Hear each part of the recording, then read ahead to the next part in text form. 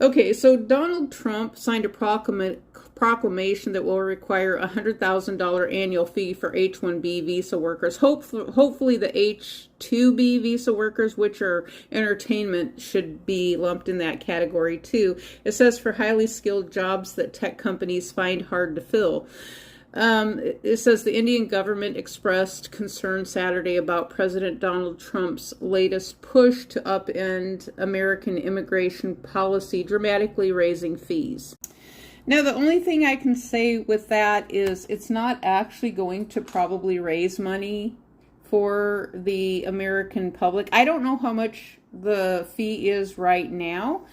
But since he raised it up to $100,000 annual, it is going to cut down the migration from India for whatever it is that these people are doing in the United States. It will slow down their migration because, because they come into the United States, and so United States has inflation, which means that we pay higher prices for things. So when people from India come to the United States, and it's just like Mexicans. We always used to kind of poke fun at all the Mexicans, where you would have like 25 people living in a 3-bedroom house. And so they were making all this money and then sending it back down to Mexico. India is the same thing.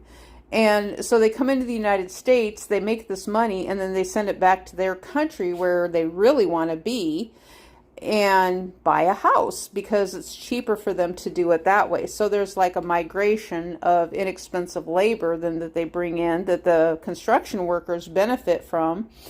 And so they don't want to pay American citizens. Now, the other alternative is for prices to come down in the United States so American citizens can afford things. Because on the other end, there is a bunch of European countries as well, not just the United States, that have very high inflated prices. And maybe the rest of the world needs to bring their prices down, and the United States could do the same thing and meet these other countries, at lower rates. So even so then Americans can afford to live in our country, and then people can afford to live in their country and do some basic trade practices. Otherwise, money is weaponized around the world.